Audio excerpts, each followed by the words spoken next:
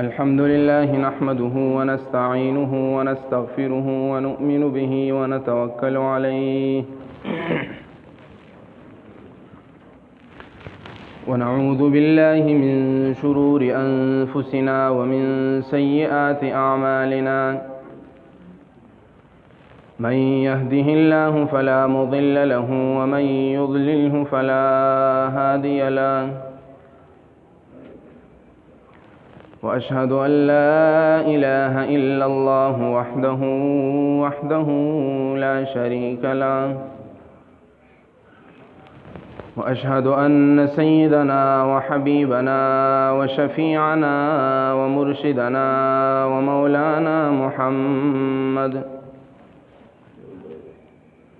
وبارك وسلم وصل عليه قال الله تبارك وتعالى في قرآن المجيد والفرقان الحميد شهر رمضان الذي أنزل فيه القرآن صدق الله مولانا العظيم وصدق رسوله النبي الكريم ونحن على ذلك لمن الشاهدين والشاكرين والحمد لله رب العالمين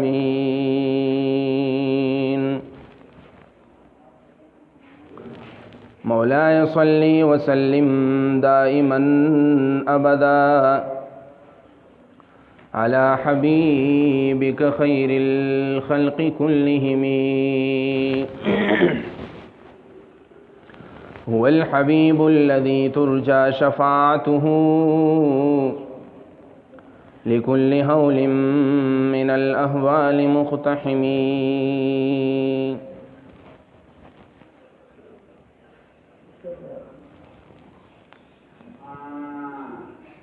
زما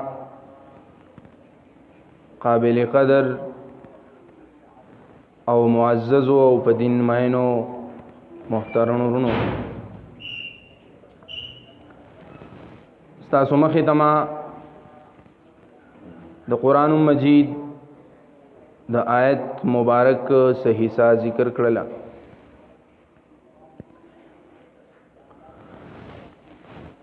او دغه آیت نسبت او تعلق الله تعالی د دې مبارکې میاشتې سره تړلې دي او دغه مبارک میاش دا د رمضان المبارک دغه کوم روانه میاش چې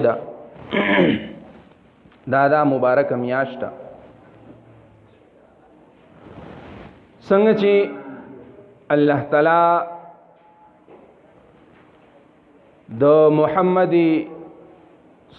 جناب محمد رسول الله صلی الله علیه وسلم د دې امت د پاره د جمعې د ورځ د عبادت یو خاص ورځ ګرځولې ده دغه شانتی د رمضان المبارک د میاش دا د الله تعالی د طرفه د انسانانو د مسلمانانو د پاره د عبادت یو خاص میاشت ده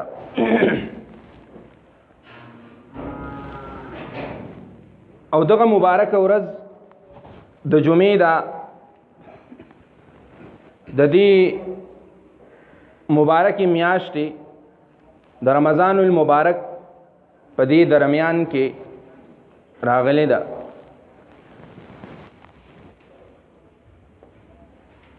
او د جمعې په ورځ باندې چې کوم انسان درود پاک لولي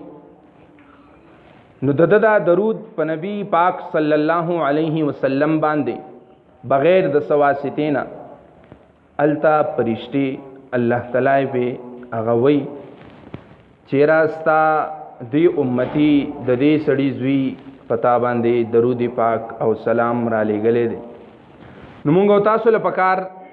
اوله دادا چې د جمعې په دې ورځ باندې درود پاک دا په شوق او ذوق سره دا ډیر زیات وي. نو اوس په شوق او ذوق سره درود پاک مونږ او تاسو ولولو. چاته هم आवाज رسی سو کورونو کې دی، هغه کورونو کې څوک پلار دی پلارا، څوک مسجد کې ناس دي.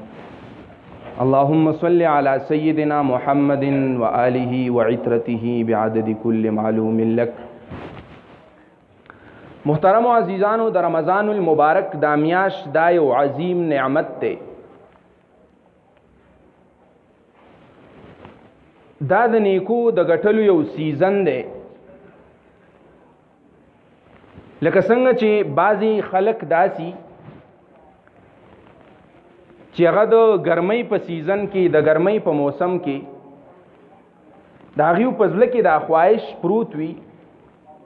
چیرې زه یو یخ ځای ته لاړی، اول ته ما دا ګرمي تېره کړلی. بعضې خلک داسي چې هغه ترتیب جوړی ځان لا او چکرې لګوي. بعضې خلک مري ته لاړ شي، بعضې کمراټ، کوستان، چترال، یو ځای بل ځای ګلګت ته، دې ځایونو ته ځي. هغه ځان لا د ګرمۍ دا موسم هغه دا غواړي چې مونږ یې په یخنۍ کې تیر کړو. او تاسو ته پته ده په یخنۍ کې بیا څوک د کور نام بهر ته نه راوځي. د بوټو د نالولو هغه خپل یو سیزن راځي. د غنمو د جوارو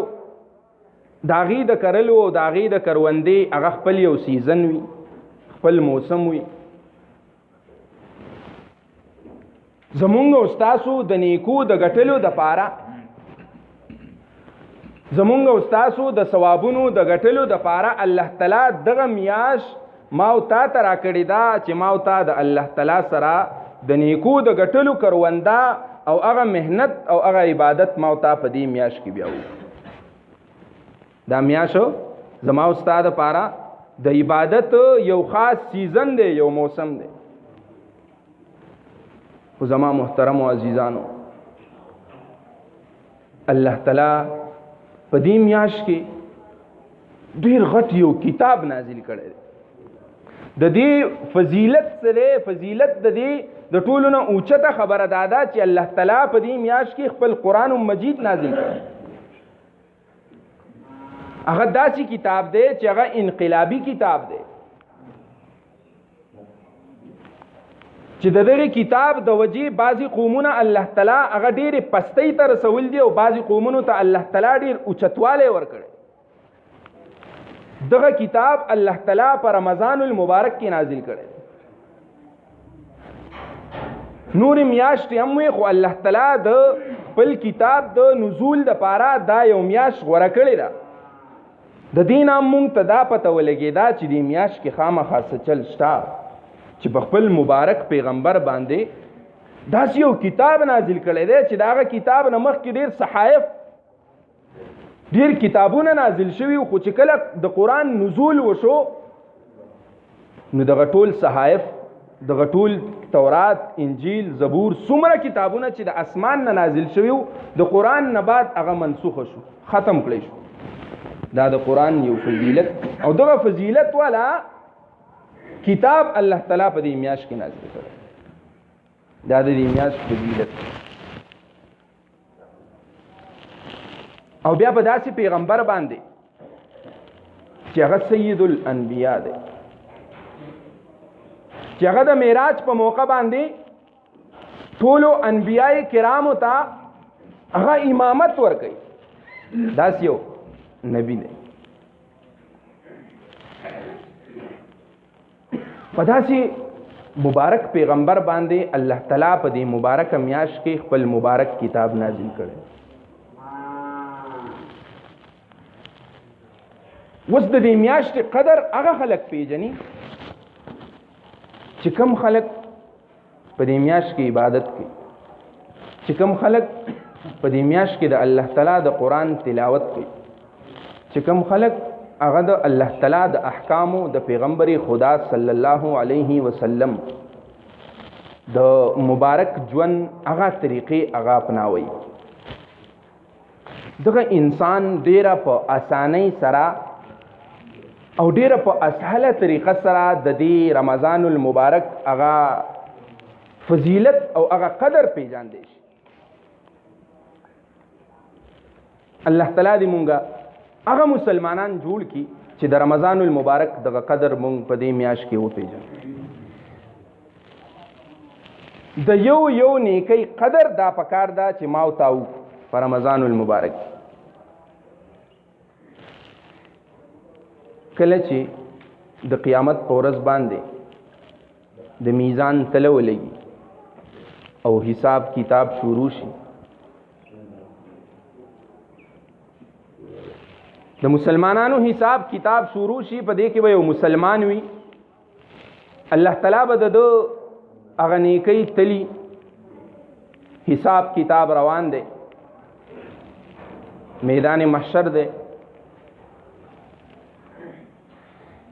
او خلق راجمه دی، د دې انسان حساب کتاب شروع دی. د دې انسان چې کله حساب کتاب کیږي په دغه دوران کې د یو نیکی چې کومه ده هغه کم راوخیږي او ګناهونه پې زیات شي. دا انسان ډیر زیات خفه دی، ډیر زیات پریشان دی، فرشتې راشي دا انسان ونیسي او جهنم طرف ته بوزي. الله تعالی حکم وکي چې د انسان ته لږه موقع ورکوي، که د څوک همدرد وي، که د څوک خیرخوا وي، نو هغه دې وګرځي په دې محشر په دې میدان کې او د هغې نه د دا یو نیکي هغه واخلي که څوک ورته ورکوي. دا انسان به سروهلی بروهلی تاویږي را تاویږي، د خپل پلار خوا ته به راشي، پلار ته به وایي چې بابا زما یو نیکي کمه شو ده او د هغې د وجې زما فیصله د جهنم شوې ده، ته داسې مهرباني وکړه چې یو نیکي ما ته راکړه د خپلې نیکو. پلار به ورته وایي چې نه زویا زه خو نیکي نشم درکولی، ځکه چې زما خپل حساب کتاب پاتې دی، هسې نه چې یو نیکي زما کمه راشي بیا به زه څه دی به وایي چې پلاره ته خو زما پلاري په دغه جهنم په دې ور کې به زه سوځم، ستا په ما باندې نه، بس زه خپل کار کوه، خپل کار کوه، دلته زما حساب زما دی، زه به خپلو خولو کې ډوبې ما ته به خپلو ستاسو به خپل حساب کتاب کېږي زما سره. دی به لاړ شي د مور خواته، د خور خواته، د رور خواته، د دوست خواته، هر څوک به ورته انکار وکړي، هر یو کس به ورته انکار کوي چې مونږ تاله نیکي نشو درکولی. یوم یفر المرء من اخیه و امه و ابیه و صاحبته و بنیه، هر څوک به د ده نه انکار کوي د نیکۍ د ورکولو. بهرحال دا به داسې ګرځي، داسې پریشان او حیرانه به ګرځي په دې محشر په دې میدان. یو اجنبي شخص براشي، یو ناشنا انسان براشي، ده ته به وایي چې ولې داسې پریشان یې، څه مسله ده، ما ته ووایه چې زه دله مسله حل کړم. دا به ورته وایي چې زما خپل خیرخوا، چې زما پلار دی، زما رور دی، زما مور ده، زما خور ده، هغې زما هغه مسله حل نه کړه، نو ته خو یو اجنبي او یو ناشنا انسان یې، ته به زما څه مسله حل کړي. وی خیر ته خو ما ته ووایه که څه مسله ده. دا ورته خپله دا خبره وکړي چېرې زما په نیکو کې یو نیکي کمه ده او د هغې د وجې چې دی نو زه جهنم ته غورځېږم. دغه اجنبي انسان به ده ته دا خپله نیکي ورکړي،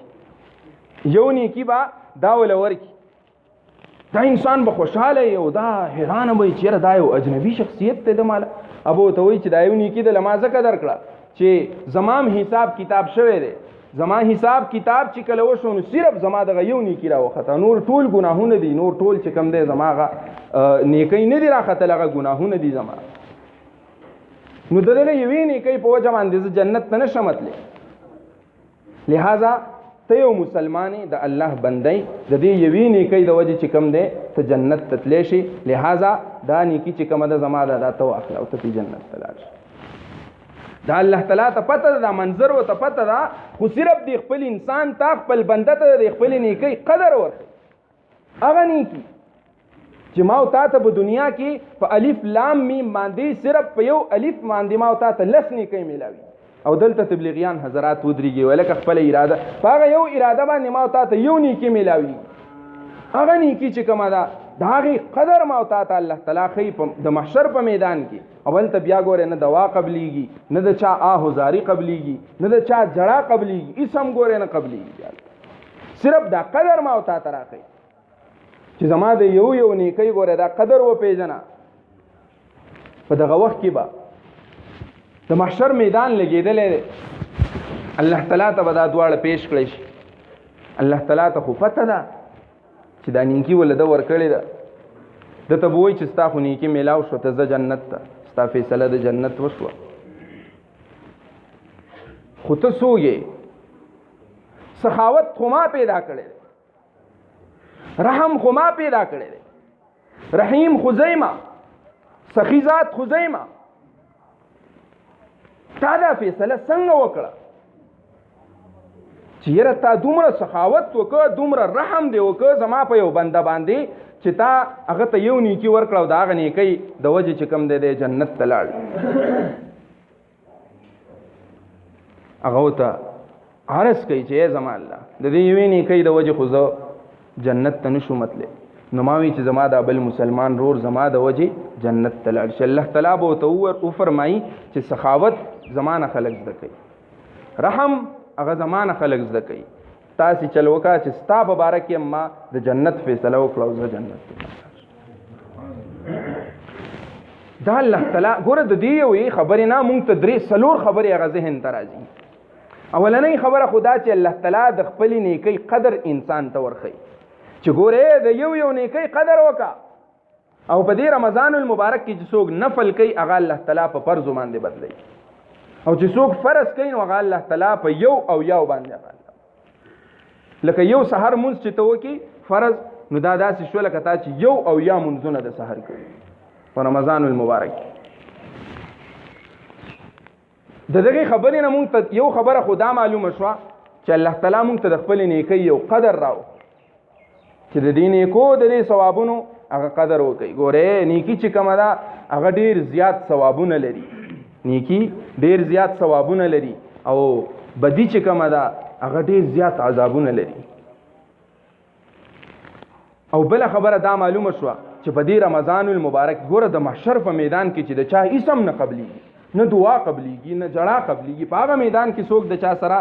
یو دومره هغه تا همدردي وکړه، تا رحم وکړه په بل یو مسلمان باندې، الله تعالی د دغې د وجې ته جنت ته بوتلی. نو که په دې رمضان المبارک کې مونږ او تاسو په خپل همسایه، خپل پړوسیان، ګاونډیان چې کمی غریبانانی هغې ته مونږ سالن ورکو، روټۍ ورکو، رحم پې کوو، نو الله تعالی به د هغې بدله کې مونږ ته څه راکړي. په دې مبارکه میاشت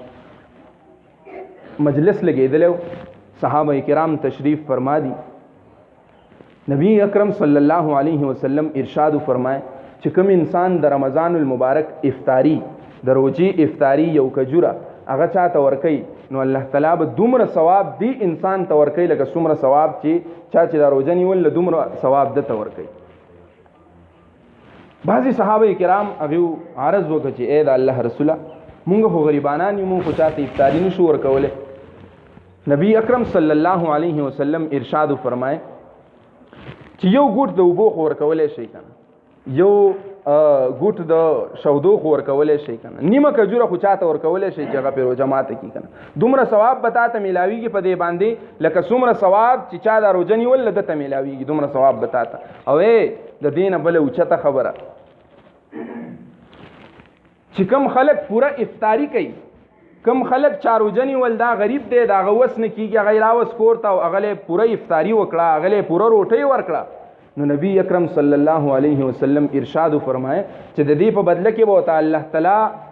د قیامت په ورځ باندې زما د لاسونه د حوض کوثر اوبه نصیب کړي. څومره د فضیلت خبره ده، څومره د یو شان خبره ده چې الله تعالی مونږ او تاسو ته دغه میاش را کړی دا او دغه سیزن زما استاد ثوابونو او زما استاد نیکو د غټلو د پاره یو غټ سیزن. حدیث مبارک کی راځي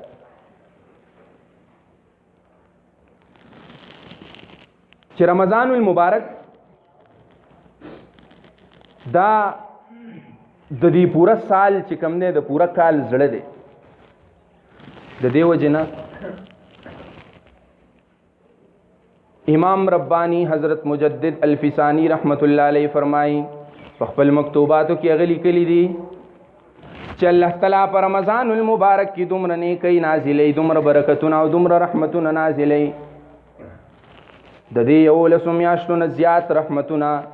د دې 11 میاشتو نه زیات فضیلتونه الله تعالی په دې یو میاشت کې نازلې، او د دې 11 میاشتو مقابله د رمضان المبارک په مقابله کې داسې وي یو قطره راواخلې او هغه یو غټ سمندر ته ور وغورځې، نو دغې قطرې مقابله د دغې قطرې حیثیت د دې سمندر په مخ کې څنګه وي، څه حیثیت نه لري. نو د دغې 11 میاشتو داسې حیثیت نشته دی د رمضان المبارک مخې ته لکه څنګه چې د دغې یوې قطرې حیثیت نشته دی د دې پوره سمندر مخې ته.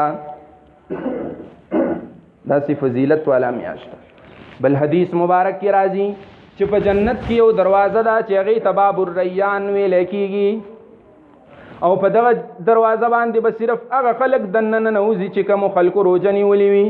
رمضان المبارک وي داسې تیر کړی وي چې د الله تعالی د احکامو د پیغمبر خدا صلی الله علیه وسلم د سنتو مطابق هغه رمضان المبارک تیر کړی وي، هغه روژې په داسې شان سره نیولې وي څنګه چې د رمضان المبارک مطلوب دی.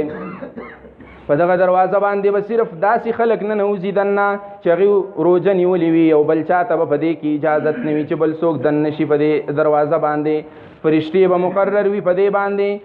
بعضې علماء کرام لیکلي دي چې دا څنګه داسې خلک چې کوم روژه نیولې وي په دې دروازه باندې دننه کړی شي، دروازه به بنده کړی شي او فرشتې به اعلان وکړي کلوا واشربوا هنيئا بما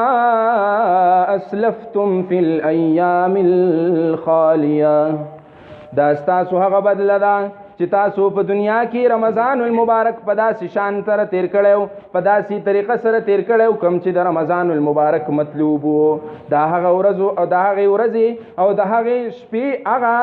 بدله د تاسو ته میلاویږي چې په کومو کې تاسو تنده تیره کړې وه، په کومو کې تاسو لوږه تیره کړې وه، خپل خواهشات هم هغه کنټرول کړي وو، غیبت هم نه و کړی، د چا چغلي او چوري هم نه وه کړې، د هغې په بدله کې تاسو ته نن دا کلم کله اجازت دی چې څه خورئ نو هغه خورئ، تاسو ته اجازت دی. دا به د الله تعالی د طرف نه هغه خلکو ته چې کوم روژه نیولې وي هغې خلکو ته به دغه یو اعلان وشي. د دې نه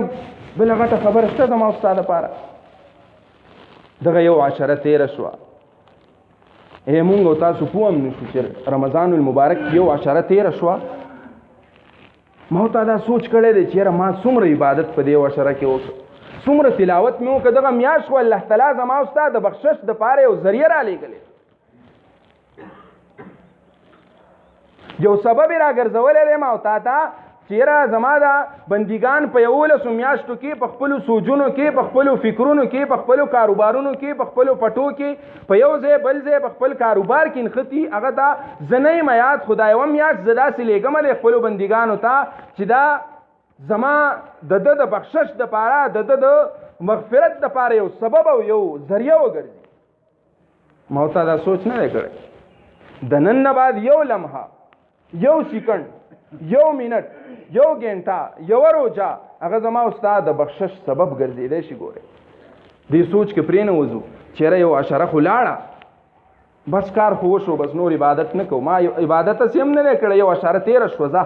بس زه عبادت نه کوم. نه نه نه، یو منټ، یو لمحه هغه زما او ستا نه هسې تېره نه شي. د جمعې مبارکه ورځ ده، په دې باندې ما او تا په دې کې د درود شریف زیات چې کوم دی هغه ورد وکړو. درود پاک د جمعې په ورځ باندې ډېر زیات هغه فضیلت لري چې ما او تا یې ووایو. محترمو عزیزانو، هسې نه چې بیا داسې ګورئ د رمضان المبارک نه چې بیا داسې یو وخت راشي، ګورئ چې یو ورځ د رمضان نه مخکې، د رمضان نه یو ورځ مخکې ما او تا په کوم سټیج باندې وو، ما او تا په کومه درجه باندې وو، او چې کله بیا رمضان تیر شي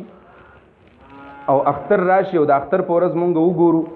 نو اقا سټیج او په هغه درجه باندې بیا مونږ ولاړ یو. یعنی کوم ګناهونه چې زما او ستا د رمضان المبارک نه مخکې وو، هغه ګناهونه که چېرته د رمضان المبارک نه زمونږ او ستاسو هغه وي، په هغې کې بیا اضافه شوي، نو ګورئ د دې طویل مدت د دې طویل مشقت هغه څه فایده پاتې نه شوه چې دومره سفر مونږ وکړو، دومره لوږې مونږ تېرې کړې، دومره تندې مونږ تېرې کړې، خپل خواهشات هم کنټرول کړه، خپل ځان هم هغه په جومات کې وساته، خپله ژبه هم هغه د الله تعالی په ذکر باندې لمده کړه، قرآن هم ووي، نو د هغې ګوره بیا څه فایده پاتې نه شوه. د هغې بیا څه فایده چې د روژې نه مخکې هم هغه شانتې مونږ او روژه چې تېره شو د هغې نه بعد هم بیا هغه شی مونږ د دې هېڅ فایده نشته دی. مثال کې طور پر یو ډاکټر له تاسو لاړ شئ، ډاکټر چې کوم دی هغه مونږ ته دوایي ولیکي چې یوه میاشت چې کوم دی دا دوایي به ته استعمالې او د دې دا پال پرهیز دی، هغه پال پرهیز به هم ته د دې سره کې مونږ راشو کور ته، هغه دوایي استعمالو، یو میاشت دوایي استعمال بیا واپس ډاکټر له لاړ شو، ټیسټ وکړو خپل، هغه ټیسټ چې کله راوباسو مونږ نو هغه بیماري پاکه ځای باندې دوایي مونږ استعمال کړه، ډاکټر مونږ ته دوایي راکړه، هغه مونږ استعمال کړه، خو بیماري چې کومه وه هغه په هغه ځای باندې د دوایي د استعمال څه فایده پاتې شوه نه. بیا مونږ د دې خو بیا دوه خبرې کېدی شي، یو خبره خو دا ده چې یا د ډاکټر چې کوم دی مونږ ته دوایي هغه غلطه راکړه، یا خو د ډاکټر مونږ ته دا دوایي داسې راکړل چې هغه د بلې بیماري دوایي ده او زما د خاص بیمارۍ دوایي ما ته نه ده راکړ، یا خو دا وجه ده. او دویمه وجه خو دا ده چې یا دا دوایي چې کومه د ما او تا په طریقه او په کوم احتیاطي تدابیر چې د دې دوایي سره دي، کوم پال پرهیز چې دی هغه ما او تا د دې سره نه دی کړی. دا دوه خبرې دي. بیا ما او تا ډاکټر ته ووایو چې یاره دوایي راته ولیکه، یو میاشت راته بله ولیکي، بیا هغه پال پرهیز چې کوم دی هغه مونږ نه کوو، هغه یو میاشت دوه میاشتې بلکې پوره زندگی دا دوایي ته استعمال کړه چې پال پرهیز ورسره نه کوې تا بیماري به پاک ځای باندې ولاړوي. دغه د رمضان المبارک دا میاشت راغلی ده، دا زما استاد دپاره یو دوایي ده. رمضان المبارک میاشت راغلی ده، ما او تا دا استعمالو، دوایي استعمالو. اول د اولې ورځې نه ما او تا دوایي شروع کړل، د اختر ورځ چې راشي هسې نه چې ما او تا ټیسټ وکړو، بیا د اختر په ورځ ما او تا ټیسټ وکړو، هغه بیمارۍ هغه ګناهونه زما او ستا په ټیسټ کې بیا راوخېږي. د دې ګوره څه فایده پاتې نه شو. بیا د دې رمضان المبارک هغه ثوابونه، هغه نیکۍ چې مونږ کولې، هغه عبادت چې مونږ کاو، د الله تعالی هغه ذکر چې مونږ کاو، د دې بیا ګوره هېڅ فایده پاتې نه شو. څومره چې دنه کېدی شي، تاسو ته مخکې ما یو خبره ذکر کړه چې د نیکۍ قدر چې کوم دی هغه په دې رمضان المبارک کې مونږ وپېژنو. او کم یو څیز چې د خپل ځان دپاره زه خوښوم، ماله پکار دا ده چې زه د غریب مسلمان دپاره، د بل یو دوست دپاره هغه زه خوښ کړم. دا یو خبره یاد وساتئ، که چېرته یو انسان داسې شو، اول زه بیا تاسو، که یو انسان هم په مونږ کې په دې خبره باندې عمل وکړو چېرې زه یو څیز د خپل ځان، یو خبره، یو کار، یو عمل، یو فعل هغه زه د خپل ځان دپاره خوښوم، زه د بل مسلمان دپاره، نو ګورئ په رب د ذات د ته قسم خورم چې زمونږ معاشره، زمونږ کلی، زمونږ ماحول، زمونږ علاقه، دا ټول به ګورئ بیا د یو بل سرونه رونی، ځکه چې زه یو څیز د خپل ځان دپاره خوښوم هغه زه د بل مسلمان دپاره هم خوښوم. زمونږ اخلاق به ما او تا پسې بیا څوک غلطې خبرې نه کوي، ما او تا چې کوم دی هغه به بیا په غلطه خوله څوک نه یادوي. نو کوم یو څیز داسې نه کوو چې ما او تا ته په سحرۍ کې، په افطارۍ کې هغه چرګان پراته او زما پړوسي چې کوم دی هغه غریب چې دی نو هغه بیا هغه سابه خوري، یا چې کوم دی هغه ته وچه روټۍ نه میلاوي، یو ما او تا چې کوم دی چرګان، دا شی نه. چې کوم یو څیز د ځان دپاره خوښو هغه څیز به د بل دپاره خوښو، که هغه کپړې دي، که پیزار، که هر یو څیز دی، دا که چېرته دا خبره په مونږ او تاسو کې راله، ما او تا به بیا کامیاب یو. محترمو عزیزانو، دا میاشت چې کومه ده دا ډیره زیاته برکتونو والا، ډیره زیاته رحمتونو والا میاشت ده. تاسو ته مخکې ما یو خبره ذکر کړه چې الله تعالی د خپلې نیکۍ قدر چې کوم دی هغه په داسې یو ترتیب سره ذکر کوي. هغه یو خبره راته رایاده شو، هغه په هغه وخت کې نه هېر شوه. دا جهنم چې کله دا محشر چې میدان ولګي، الله تعالی دومره خلق مخلوق را جمع دی، د جهنم ته به 70,000 واګي چې کوم دی دا واچولی شي، دا به مخامخ راوړلی شي، هر یو واګي به 70,000 فرشتو نیولی، دا به راوړلی شي مخامخ پکې ښودلی شي. نو په دې کې چېرته یو مولا وی هغه بیان کاو، تقریر یې کاو، نو په کور کې دا خبرې کولې چې یاره په دې باندې به د پاسه بیا چې کوم دی نو د پولسورات پول وي، او هغه د یختنه چې کوم دی دغه دی نری دی او د تورې نه تیره دی. نو په کور کې یو بوډۍ ښځه وه، هغې په جړا باندې شروع وکړه او جړلې. نو څه یې راله چې ادې ولې جاړئ؟ وی چې نوسۍ بچیا ځکه جاړم چې زما خو په پنډو باندې ډېر زیات درد دی، په کونډو باندې مې درد دی، او دغه نری پول چې کم دی، دا طویل پول چې کم دی، په دې به زه څنګه پورې وځم؟ پوره غاړه جنت دی، هغې ته به زه څنګه ځم؟ نوسۍ ورته وی چې ادې هلته ستا د مور کور دی که د پلار کور دی، خو دې غاړه کښېنه که نه. نو ګورې دا خبره یاد وساتئ چې هلته بیا زموږ مرضي نه چلیږي، هلته بیا زما او ستا مرضي نه چلیږي، هلته به د الله تعالی مرضي چلیږي. او څنګه چې تاسو ته ما دا خبره ذکر کړه چې رمضان المبارک د اختر په ورځ باندې زما او ستا ټیسټ چې کوم دی هغه راوځي، نو بیا چې کوم دی دوایي بیا په هغه وخت کې مونږ سوچ کوو چې یاره دوه څیزونه چې کوم دی دا خو خراب دي، یا خو دا دوایي خرابه وه او یا چې کوم دی په احتیاطي تدابیرو باندې ما ورته عمل نه دی کړی، نو دا کیدای شي چې د الله تعالی دا دوایي خرابوي. دا رمضان المبارک لعلکم تتقون، د دې لپاره رمضان المبارک ما په تاسو باندې راوستی دی چې په تاسو کې پرهیزګاري راشي، په تاسو کې تقوا راشي. دا غلطه کیدای شي رمضان المبارک نه، دا دوایي خو ټیک ته، خو د دې نه دا ثابته شوه چې دا مریض چې کوم دی په دې کې خامخا څه چل دی. ما او تا چې کوم دی هغه احتیاطي تدابیرو سره دا دوایي په هغه پال پرهیز سره دا دوایي چې کومه د هغه ما او تا نه دی استعمال کړ.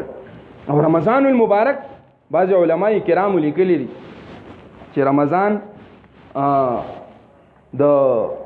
رمضان بروزن فعلان دا اسم جنس دی د دینه. او بعض علماء کرامو په دې کې لیکلي د علماء او طلبه کرام په دې خبرو باندې ډېر ښه پوهېږي. بعض علماء کرامو په دې کې دا لیکلي چې رمضا يرمزو سمع يسمع، د دې نه دا راځي، د دې معنا دا شوه چې رمضان دا داسې یو میاشت ده چې هغه گناہوں کی تپش کو ٹھنڈا کرنے والا مہینہ، گناہوں کی تپش کو ٹھنڈا کرنے والا دا داسې یو مهینه ده، داسې یو میاشت ده چې هغه زما او ستا د ګناهونو هغه تپش چې کوم دی، هغه ګرمایش چې کوم دی، هغه سیزي، هغه ختموي. دغه میاشت په خپله باندې مونږ او تاسو ته دا خبره ده اعلان کوي چې زه ستاسو د ګناهونو د ختمولو میاشت یم، ستاسو د ګناهونو ګرمایش چې کوم دی هغه زه ختموم. دغه میاشت مونږ ته په خپله بس دغه میاشت رمضان چې کوم دی هغه زما او ستا دپاره ډېر غټ هغه یو وصیت او نصیحت دی چې په دې کې مونږ او تاسو عمل کوو. دغه رمضان ته ګورو بس عمل کوو په هغې کې، او په دې کې چې څومره غریبانان دي مونږ او تاسو زکات وباسو، نو په دې رمضان المبارک کې وباسو، الله تعالی به ډېر ثواب مونږ ته راکوي. غریب یې هغې ته ورکو، څوک غریبانان دي د چا د روټۍ وس نه کېږي، د کپړو پیزار هغې وس نه کېږي، هغې ته خپل هغه زکات ورکو. دویمه خبره ده چې دغه عشره اخیرۍ به هم را روانه وي، په هغې کې د اوس نه ذهني هغه مونږ تیار شو چیرې مونږ به پکې خامخا اعتکاف ته کینو. الله تعالی دې مونږ او تاسو ته په دې خبرو باندې د عمل کولو توفیق را نصیب کړي، او الله تعالی دې مونږ او تاسو ته د رمضان المبارک څومره انوارات او څومره رحمتونه چې دي هغه ما او تا ته را نصیب وګرځي. واخر دعوانا ان الحمد لله رب العالمین.